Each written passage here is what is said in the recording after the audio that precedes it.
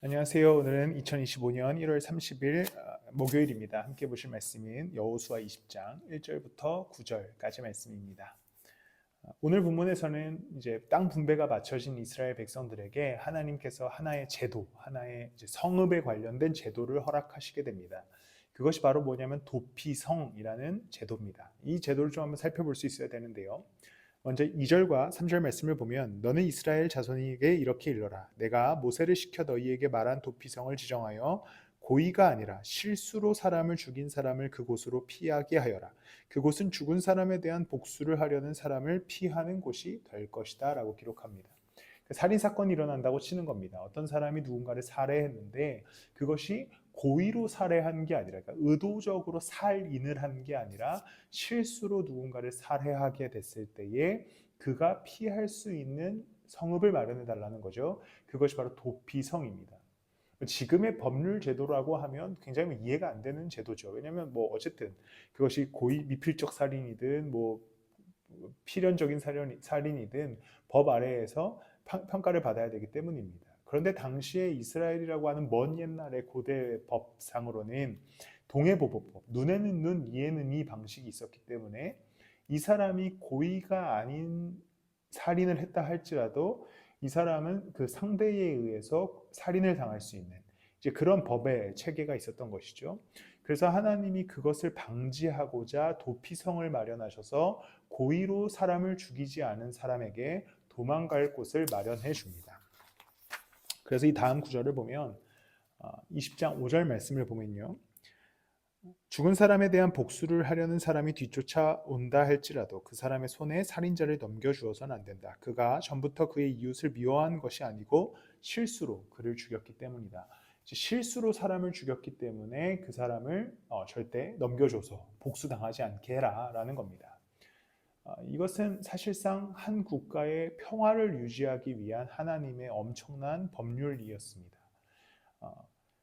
무자비하게 살인이 일어나는 것을 방지하고 그리고 사회의 질서를 유지하기 위한 하나님의 평화의 법률이었던 것이죠.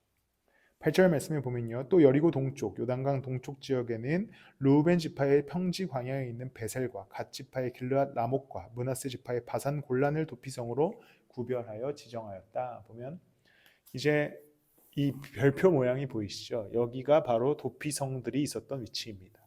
그러니까 이스라엘이라고 하는 전 지역에 곳곳에 도피성을 설치하여서 어떤 지파도 이 도피성으로 갈 수 있도록, 그러니까 누군가만 특별한 혜택을 보지 않도록 이 법률을 만드는 것이죠.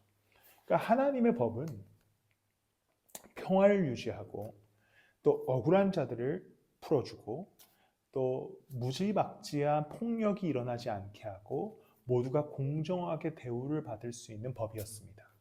도피성마저도 어떤 특별한 지파가 혜택을 받는 것이 아니라 모두가 받을 수 있었던 혜택이었던 것이죠.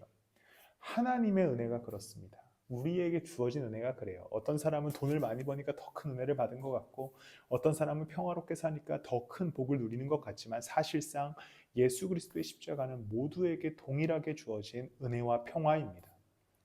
우리에게 피할 길을 주시는 은혜이고 우리에게 살 길을 열어주시는 은혜이지요.